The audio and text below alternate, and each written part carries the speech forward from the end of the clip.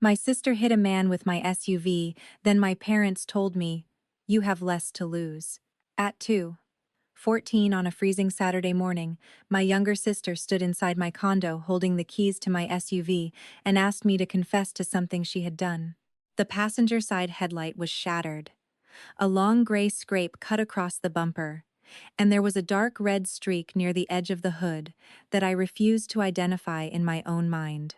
Brielle was still wearing the cream coat she had worn to her bridal tasting, except one sleeve was dirty and her mascara had collected beneath her eyes. "He walked right out," she whispered. I barely had time to break. I asked whether she had called 911. She looked at the floor. Before she could answer, my mother stepped through the doorway behind her and said, "Taryn, we need you to say you were driving." My father arrived 2 minutes later, carrying the calm expression he used whenever he wanted something unforgivable to sound reasonable. "Your sister gets married in 19 days, he said. "You have no husband, no children, no public profile, and a job no one understands. You have less to lose." Brielle finally looked straight at me and said, "Honestly, who would believe you over all of us anyway?" What none of them knew was that my SUV's dash camera had already uploaded the collision, the conversation inside the car, and the 23 minutes Brielle spent driving around afterward, deciding whether an injured stranger was worth ruining her wedding over. What they also did not know was that by the following Thanksgiving, I would make my father repeat the words "less to lose" in front of everyone at the same dining table where my family had spent 37 years teaching me that being the strong daughter meant being the disposable one. My name is Taryn Caldwell. I was 37 when this happened, and I lived in Minneapolis, Minnesota, in a 2-bedroom condo overlooking a stretch of the Mississippi River that looked almost peaceful when it froze. I worked as director of risk and safety for a regional hotel company operating properties across 6 states. It was not a glamorous job, which was probably why my family never understood what I actually did. I investigated major guest injuries, fires, water losses, employee accidents, security failures, and the occasional situation where somebody insisted a building had done something physically impossible. My father described it as insurance paperwork. My mother told relatives I handled complaints for hotels. Brielle once introduced me to one of her friends by saying, "Taryn is the person who shows up after somebody falls down." Technically, none of those descriptions were completely false. They were simply small enough to fit the version of me my family preferred. Brielle was 33 and had spent most of her life becoming exactly the kind of daughter my parents knew how to celebrate. She was warm, beautiful, socially effortless, and successful in a field that looked impressive in photographs. She sold luxury residential real estate around Minneapolis and Edina, posted professionally shot home tours online, hosted charity mixers, and had recently become engaged to Noah Whitmore, whose family owned several commercial properties around the Twin Cities. Their wedding was scheduled for 3 weeks after the accident at a country estate outside Wayzata. My mother referred to it as, "The wedding people will remember." She said that so often I started wondering whether remembering the marriage mattered nearly as much. Brielle and I had been assigned roles before either of us understood we were auditioning. She was the delicate one, I was the capable one. When Brielle forgot her homework, Mom drove it to school. When I forgot mine, Dad said consequences built discipline. When Brielle wanted competitive dance lessons, our parents found the money. When I wanted to attend a summer engineering camp in high school, I was told to apply for a scholarship because you're good at figuring things out. At 17, I got my first part-time job and began paying for my own clothes, gas, and school extras.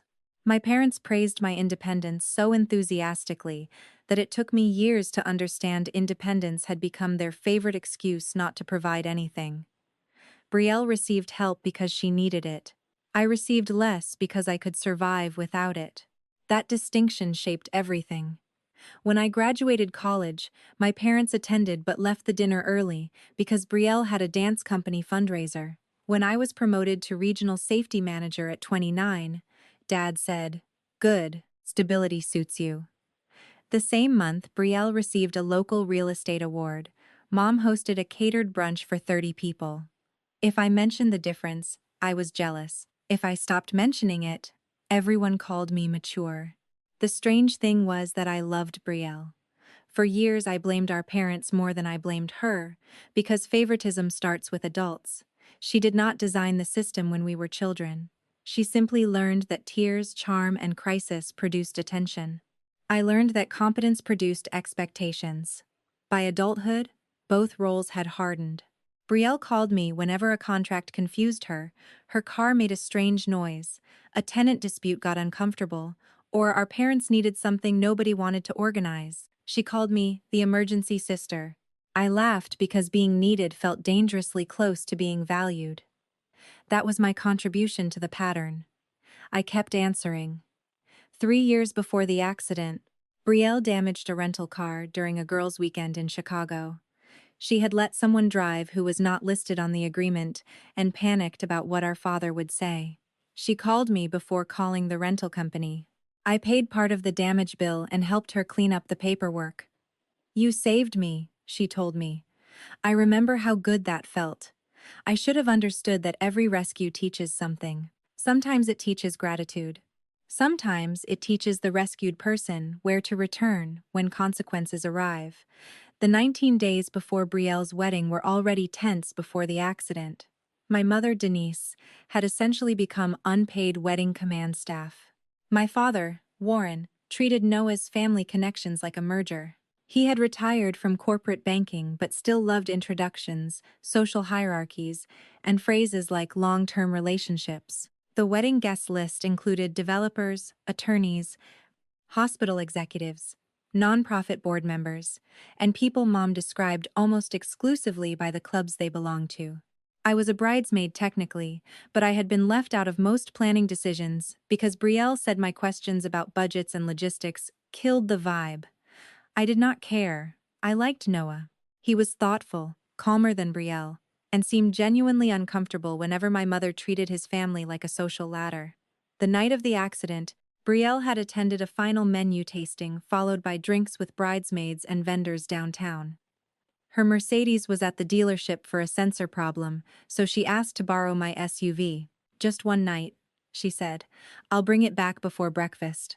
I almost said no because I needed it for work Monday. Then she added, "Please, Taryn, I'm already drowning." The emergency sister handed over the keys.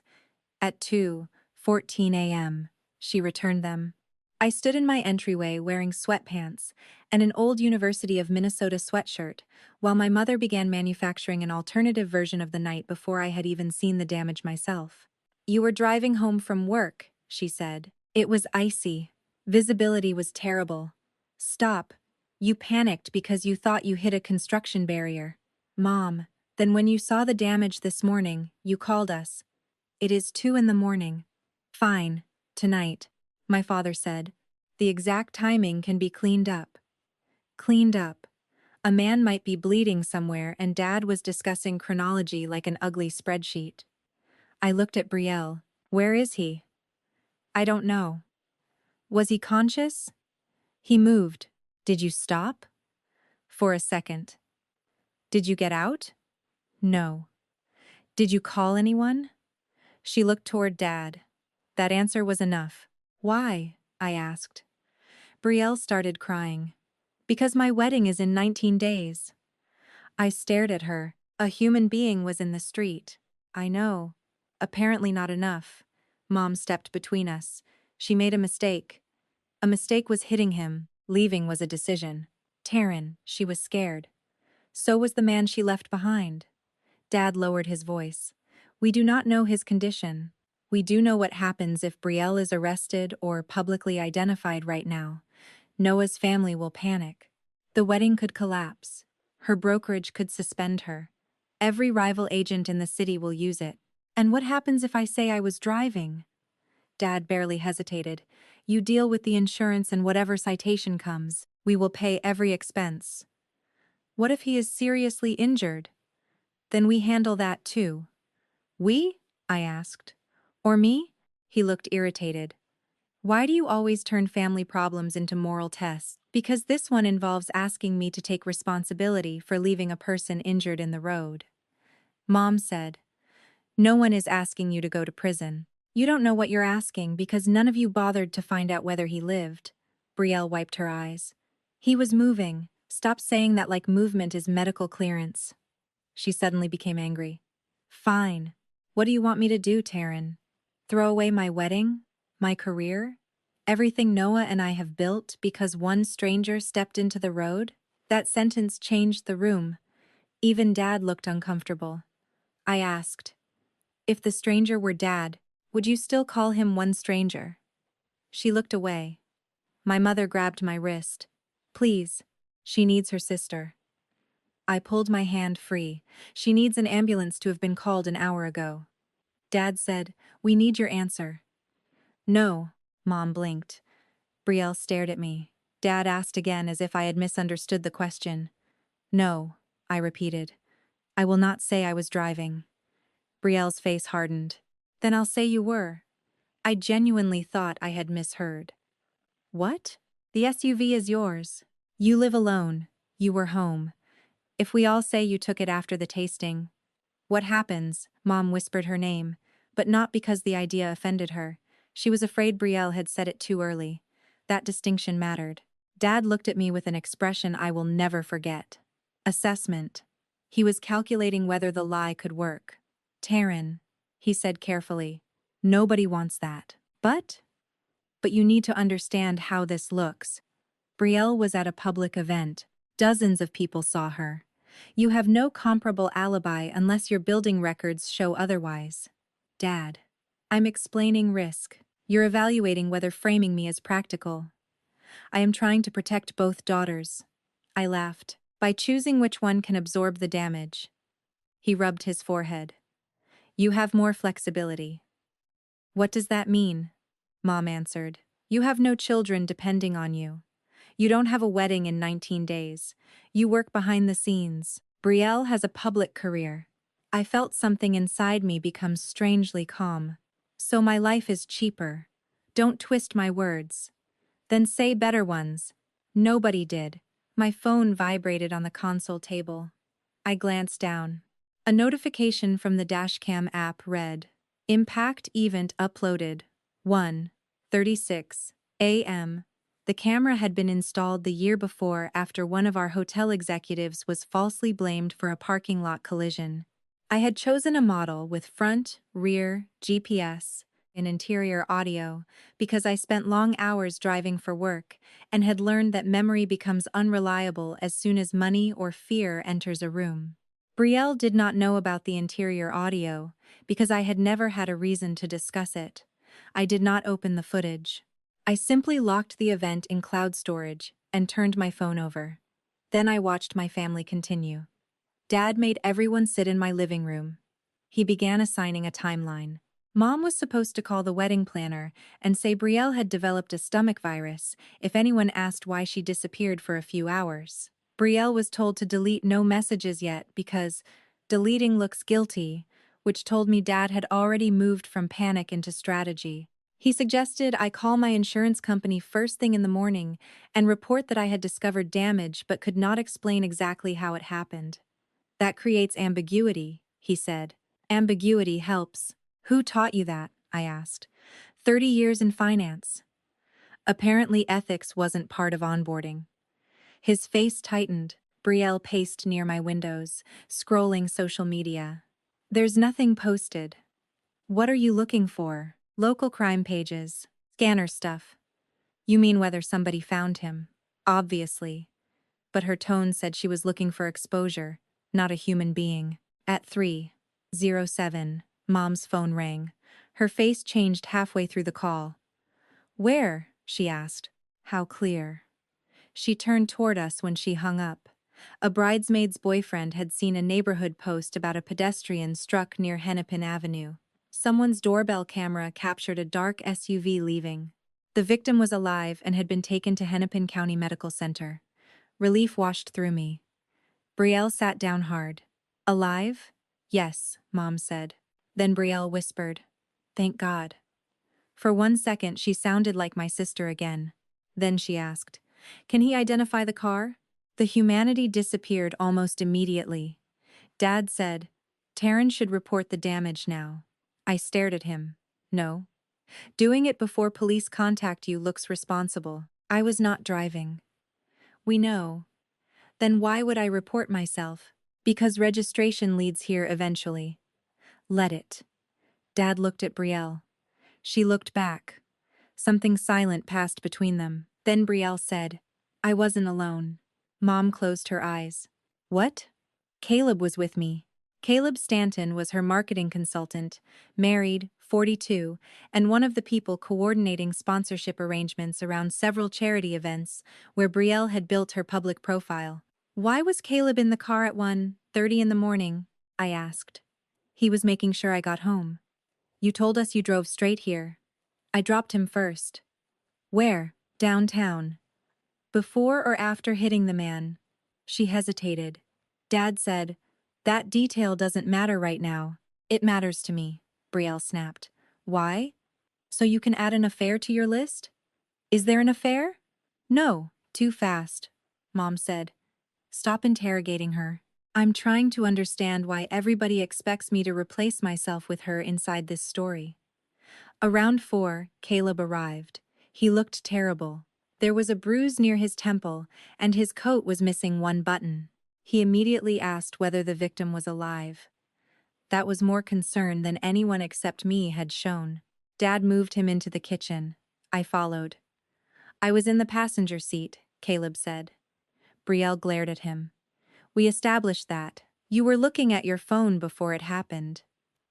I glanced down. You were answering Noah. My stomach turned. What was Noah texting? Caleb looked at me, then away. Brielle said, wedding stuff, Caleb said quietly. He was asking why she hadn't come home. Brielle's face turned red. Whatever had been happening between them, I did not care nearly as much as the fact that Caleb continued. I told her to stop. I told her to call 911. She wouldn't. Dad said, Caleb, you need to be very careful about how you phrase things. I know what I said. You were drinking too. Yes. So your memory may be affected. Caleb laughed once. Are you already trying to discredit me? That was the first moment somebody outside the immediate family saw my father clearly. Dad said, I'm trying to protect everyone. Caleb looked at me. Why are they asking you to say you were driving? No one answered. He understood anyway. Absolutely not. Brielle snapped. Stay out of this. I was in the car. Exactly. So maybe stop acting righteous. Caleb turned toward her. I told you to stop. And then you got back in the car. His shame was immediate. Yes, I did. I respected that answer more than anything my family had said all night. At 4:32, my phone buzzed again. The camera upload was complete. I opened the app privately in the bathroom. I did not watch all of it. I watched enough. Brielle's face was visible behind the wheel. Caleb was beside her. The timestamp showed 1:36. The GPS trace matched the intersection from the neighborhood post. 5 seconds before impact, Brielle looked down toward the center console. After the collision, Caleb shouted, Stop! Stop, Brielle! Stop! She pulled over. Through the windshield, a man lay near the crosswalk. Caleb reached for the door. Brielle grabbed his sleeve. If we stay, the wedding is over, Caleb said. Who cares about the wedding? Call 911, she replied. My entire career is attached to this wedding right now. Then she drove. 2 blocks later, she called Dad through the car's speaker. Dad answered on the second ring. What happened? She told him. His first question was whether anyone saw her. His second was whose vehicle she had. When she said mine, there was a pause. Then my father said, Go straight to Taryn's. Do not stop anywhere else. We can control this if we keep the story simple. Mom's voice appeared in the background. Taryn will help, Brielle said. What if she won't? Dad answered. She will. She has less to lose. I stopped the video. I sat on the closed toilet lid with my phone in my hand and felt every childhood memory rearrange itself around 6 words. She has less to lose. It was not about the wedding. The wedding had simply exposed the rule our family had always followed. Brielle's needs were expensive, public, fragile, and therefore important. Mine were private, manageable, and therefore expendable. I saved copies of the footage and called the police non-emergency number. I identified the vehicle, said it had been involved in the reported collision, explained that another person had borrowed it, and said video evidence existed. I did not use my job title. I did not dramatize anything. I gave facts. When I returned to the living room, Dad was telling Caleb that if everyone remained consistent, this can still be contained. I said, "No, it can't." Everyone looked at me. I just reported the vehicle and told them Brielle was driving. Mom gasped. Brielle went white. Dad stood. "You did what?" I told the truth. "You did not have the authority to make that decision for the family." I almost laughed. "It was my car. This affects everyone. A man lying in a hospital affects everyone too." Brielle rushed toward me. "Call them back." "No." "Tell them you're confused." "No." "Taryn, please." Her voice broke. "My wedding." I looked at her. "You left a man in the street because of your wedding. Do not ask me to lie for it too." Mom began crying. "You are destroying your sister." "I did not drive." "You know what I mean." That sentence is the problem. Dad demanded my phone. I refused. He said I was emotional and needed to think. I told him I had been thinking since I was 12. Police arrived shortly after 5. What followed was uncomfortable, but not cinematic. No one was dragged screaming from my condo. Officers separated people, asked questions, documented the damaged SUV, and requested the footage. Brielle initially said she had been unsure who was driving because the evening was confusing. Then she learned the video existed. Her story changed. Caleb admitted he was the passenger and that he had urged her to stop. My parents did not confess to some grand conspiracy. They called their behavior panic. Dad said he was trying to understand possibilities. Mom said she had only wanted to keep the family calm. I told the officers exactly what had been said and let the recording handle the rest. By 7:30, the apartment was empty except for me. The sun was beginning to rise over Minneapolis. I made coffee and sat on the floor because I did not trust my legs. Then Noah called. I considered not answering. I did. "Is Brielle okay?" "Physically, yes." "Her mother says there was an accident and you're making things worse." "Of course she did." "Noah, Brielle was driving my SUV.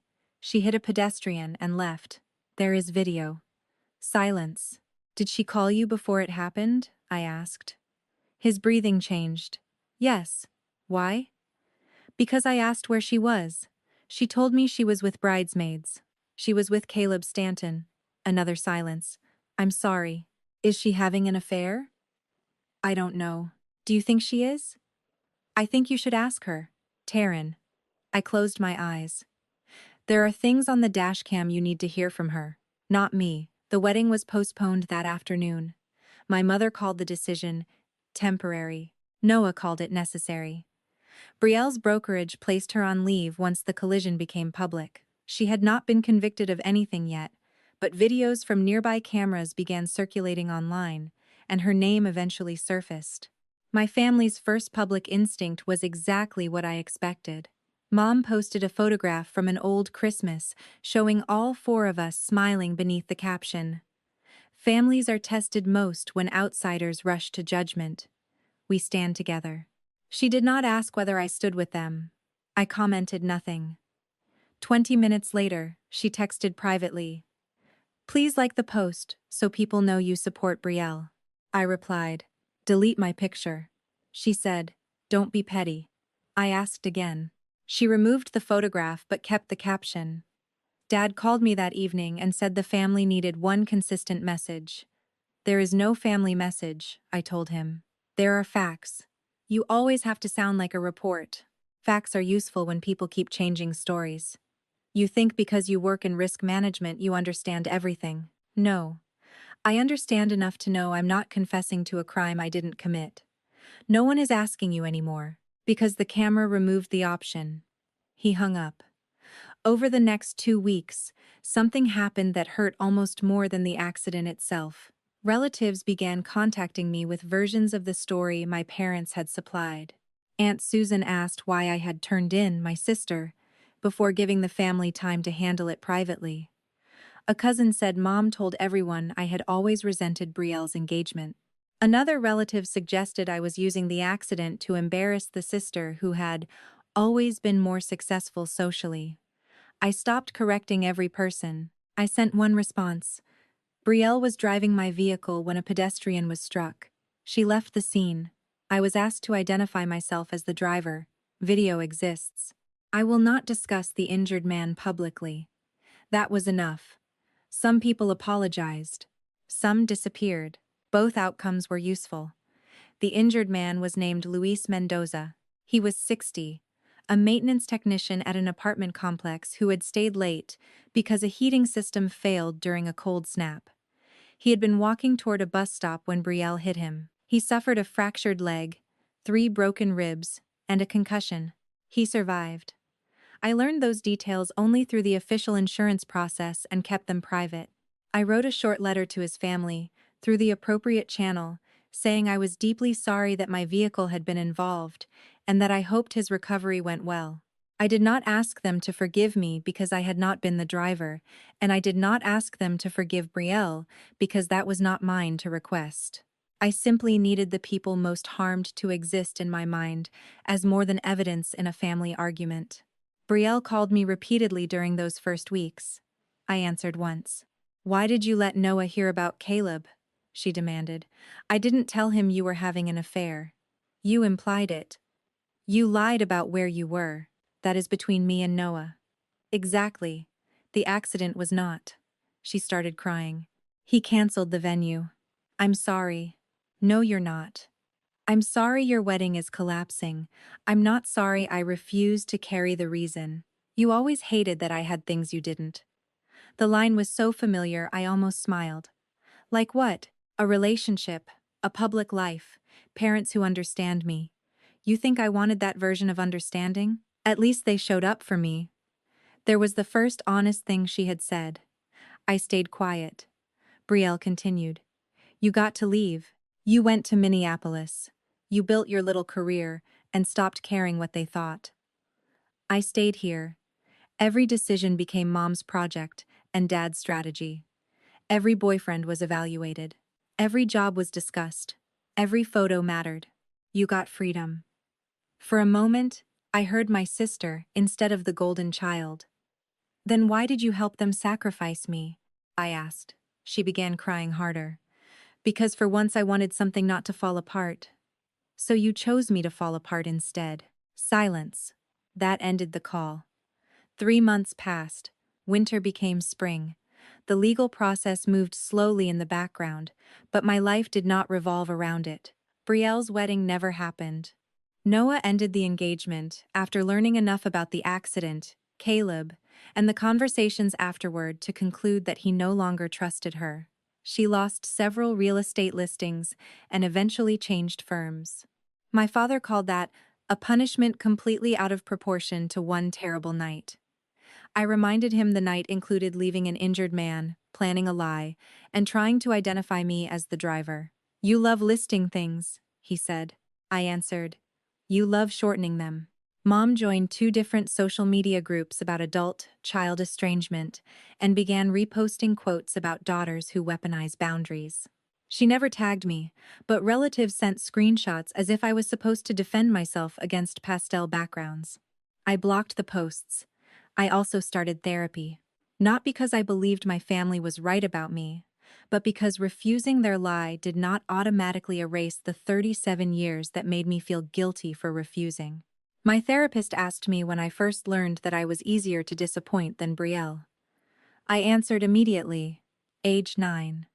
We spent several sessions unpacking that answer. I realized I had built an identity around being the person who could take it. Disappointment. Extra work. Being forgotten. Solving problems. I wore resilience like armor, then became angry when people assumed armor meant I could not be injured. Thanksgiving approached with almost no family contact. Then Dad called. "Your mother wants everyone together." "Why?" "Because we are still a family." "That is not a reason." He sighed. "Brielle has had a terrible year. Luis Mendoza had a terrible year." Silence. Do you enjoy saying things like that? He asked. No. Then why do it? Because every time you describe consequences, you remove the person she hurt. He was quiet for several seconds. Come to Thanksgiving. No speeches, no cameras, no social media, just dinner. Will Brielle be there? Yes. Will Mom try to make me forgive her? I'll tell her not to. That was not the same as no. I almost refused. Then I decided I wanted one conversation where everyone was sober, awake, and not planning my false confession before sunrise. I agreed under one condition. Nobody would post a family photograph afterward. Dad thought the condition was ridiculous, which told me it was necessary. Thanksgiving dinner was held at my parents' house in Edina, the same place where Brielle's accomplishments had lived on every wall for years. Mom had removed the engagement portraits. The empty spaces were obvious. My old debate trophy was still in a basement box. I noticed because some habits survive therapy. Brielle arrived alone. She looked different, less polished, shorter hair, no dramatic makeup. For the first time in years, she hugged me without immediately asking a question. Thanks for coming. Okay. Mom cooked enough food for 15 even though only 6 people were present. My parents, Brielle, me, Aunt Susan, and Dad's brother Paul. I disliked the surprise guests, but at least they were relatives who already knew the broad truth. Dinner remained careful through the first course. Then Uncle Paul mentioned that Luis had returned home after rehabilitation. I said I was glad. Mom immediately said, "Can we please not make Thanksgiving about the accident?" Brielle looked down. I asked, "What should it be about?" "Healing." "Whose?" Mom's mouth tightened. Dad said, "Taryn." "I'm asking." Aunt Susan changed the subject. It lasted 7 minutes. After turkey, Mom announced that she wanted everyone to share one thing they were grateful for. Uncle Paul said health. Aunt Susan said grandchildren. Dad said second chances. Mom said family that remains connected even after outside systems try to divide people. I almost laughed. Then Brielle said, "I'm grateful Luis lived." Everyone looked at her. She continued, "And I'm grateful Taryn didn't lie for me." Mom whispered, "Brielle." "No, Mom. I mean it." She looked across the table at me. "If she had, I would have learned nothing except that somebody would still catch me." Dad shifted in his chair. Brielle said, "I blamed her for Noah leaving. I blamed her for work. I blamed her for everything, because blaming her meant I didn't have to remember what I said in the car." Tears filled her eyes. "I heard the audio again with my attorney. Caleb said call 911. I said my wedding mattered more. I don't know how to make that sentence belong to me," I said quietly, "by not pretending someone else said it." She nodded. "I'm trying." Mom began crying. We were all terrified. I reached into my bag. "I know." I placed 4 printed pages on the table. Dad recognized them before Mom did. They were screenshots from a private group chat Aunt Susan's daughter had sent me months earlier after becoming uncomfortable with what relatives were saying. The chat was called Family Damage Control. My parents, Brielle, Aunt Susan, and 3 other relatives had been in it. Aunt Susan looked ashamed. "I should have sent those to you myself." "Yes." Mom said, "Why are we doing this now?" "Because you said healing." I slid the first page toward her. Dad's message from the morning of the accident read, "If Taryn takes responsibility, the story dies quickly. She has a private career and no dependents. Brielle has far more at stake." Mom replied, "Taryn will be furious, but she recovers from everything." Another relative wrote, "That's a lot to ask." Mom answered, "She has always been the strong one." Brielle's message came next. "She owes me one after abandoning this family years ago." I looked at her. She closed her eyes. "I know." Dad said, "We were panicking. Read the next one." He did not. I did. "Warren, the question is not what. The question is which daughter can absorb the loss." The room became completely silent. I looked at my father. "Say it." His face hardened. "Say what?" "Which daughter could absorb the loss?" "Taryn, we have already apologized for." "Say her name." His jaw tightened. You. Why? Because you were established. Brielle was established. Not in the same way. Because she had a wedding? A public career, a future marriage, professional relationships. And I had what? He rubbed his forehead. You had stability. So, losing stability mattered less? That isn't what I mean. Then tell me what you mean. Mom said, you did not have children whose lives would be destroyed. Neither did Brielle. She was building a family. I looked at her. And because I wasn't married, mine counted less before it even existed. Mom began crying. You always twist everything into proof we loved her more. Did you? No one spoke. Brielle finally said, yes. Mom stared at her. Don't. You did. We loved you differently. Brielle laughed sadly. That's what people say when differently sounds better than unfairly. Dad stood. Enough. I remained seated. No, not enough. You asked me here for healing. And healing does not mean everyone agrees we were frightened and then skips the part where you chose me. He looked at me. I was trying to protect the child who stood to lose the most. I felt strangely calm. That is the sentence I needed. Why? Because you still believe it. Taryn, you didn't think I had less to lose. You thought losing me would cost the family less. Nobody moved. That sentence seemed to empty the room. I continued. If I lost my job, my reputation, my freedom, my home, you would have called it tragic. If Brielle lost her wedding, you called it unacceptable. That's the difference, Mom whispered. We knew you would survive. You have used that sentence my entire life. My voice cracked then, finally. You missed my things because I would survive. You gave her more because I would survive. You expected me to clean up her crises because I would survive. And at 2 a.m, you were willing to put a hit and run on my name because I would survive. Tears ran down Mom's face. I thought I was calling you strong. You were charging me for being strong. Brielle covered her mouth. Dad sat again. For once he looked older than his certainty. Aunt Susan quietly said, she's right. Mom glared at her. You participated. I know. Susan turned toward me. I am sorry. I read those messages and told myself Warren was just panicking. I should have told you they were talking about you that way. Thank you, Dad asked. What do you want from us? The answer surprised him. Nothing. Then why come? Because I needed to know whether the family I was leaving existed only in my head. Mom cried harder. Leaving? I'm not doing holidays like this anymore. So this was a goodbye dinner? No, it was an information dinner. Dad gave a humorless laugh. There's your work voice. It's my voice. I looked at Brielle. You and I can talk if we build something that doesn't require me to rescue you. She nodded immediately. Okay. I'm not promising closeness. I know. Then Dad. You and I need distance. His face fell. How much? I don't know. Mom whispered. And me? I looked at her. That was harder.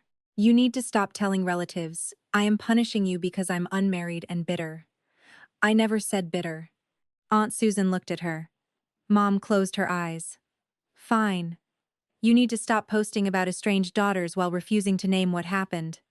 Those posts help me. Then use a journal. Brielle almost laughed through her tears. Mom did not. And you are not coming to my home until I invite you. For how long? I don't know. What if something happens to us? The old hook. Emergency. Need. Responsibility. I breathed slowly.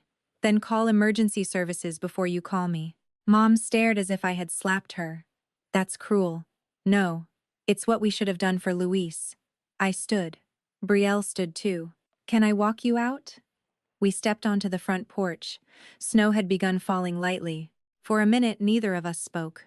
Then she said, I did think you had nothing. I looked at her. What?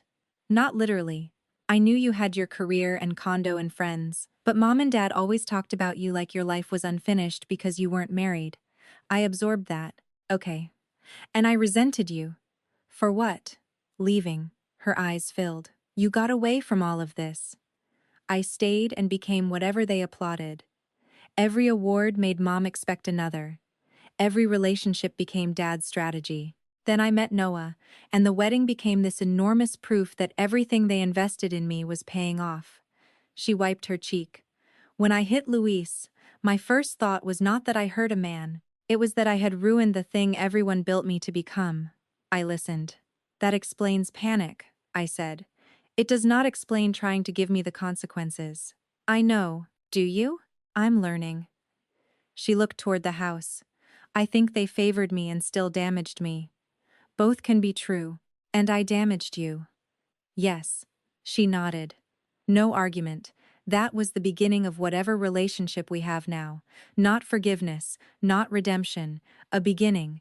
Over the next year, Brielle worked quietly rebuilding a life smaller than the one she had curated. She accepted responsibility in the legal process, completed the requirements imposed on her, left luxury real estate for a smaller residential firm, and stopped posting her entire life online. Noah never returned. Caleb divorced eventually, though I refused to make his marriage another subplot in mine. Brielle apologized privately to Luis through the appropriate process and respected his family's wish for no personal relationship afterward. She did not turn remorse into content. That mattered to me. My relationship with my parents changed more permanently. Dad sent long emails explaining that crisis distorts judgment. I answered once. Crisis reveals priorities faster than ordinary life. He stopped writing for several months. Mom continued telling relatives she missed her daughters, plural, which was progress in its own strange way. She asked to meet for coffee the following spring. I agreed. She apologized for the first time without mentioning fear, Brielle's wedding, or my independence. I used your competence as permission to neglect you, she said. And when the worst night came, I did it again. I cried. I thanked her. Then I went home alone. An apology can open a door without automatically giving someone the key. Dad took longer. Almost 18 months after Thanksgiving, he mailed me a handwritten letter. I thought protecting the family meant minimizing total damage. I treated you like the stronger wall and your sister like the expensive room behind it. I never asked whether walls get tired of being hit. I kept that letter. We speak occasionally now. We are not close. That is not revenge. Closeness is not an inheritance parents automatically receive once their children become adults. It is something behavior either protects or spends. My life also changed in ways unrelated to them. I stopped introducing my career apologetically. I accepted a promotion to Vice President of Enterprise Safety and Risk. I bought a small cabin north of Duluth because I wanted one, not because it made sense to anyone else. I joined a Saturday hiking group where no one knew my family history, and nobody cared whether I was married. I eventually started dating a man named Adrian, who teaches environmental science at a community college, and once listened to me explain a hotel fire investigation for 20 minutes before saying, "That sounds incredibly interesting." I nearly asked him to repeat it, because nobody in my family had ever responded that way. We are taking things slowly. Whether it becomes marriage is no longer evidence in a trial about whether my life is complete. I also sold the SUV. The repairs had been excellent, but every time I sat behind the wheel I heard Brielle saying, "If I stay, the wedding is over." I replaced it with a boring gray crossover and installed another dashcam the same week. Some lessons become boundaries. Others become equipment. Luis Mendoza recovered enough to return to part-time work. I learned that indirectly and felt a relief I had no right to turn into celebration. He carries consequences my family's healing speeches cannot remove. Remembering him keeps the story honest. The worst thing that happened that night was not that my parents chose the wrong daughter. It was that a man was injured, and 4 adults initially discussed reputations before responsibility. I never want the family drama to erase that. Yet the part I had to heal from was personal. My parents had spent my entire childhood telling me my strength was evidence that I required less care. I believed them so completely that I became proud of not needing anyone. I stopped asking for help before people could refuse. I worked harder than necessary because competence felt safer than dependency. I tolerated disrespect because being wounded by it seemed like admitting I was not as strong as everyone said. Therapy taught me something embarrassingly simple. Strength is not the absence of needs.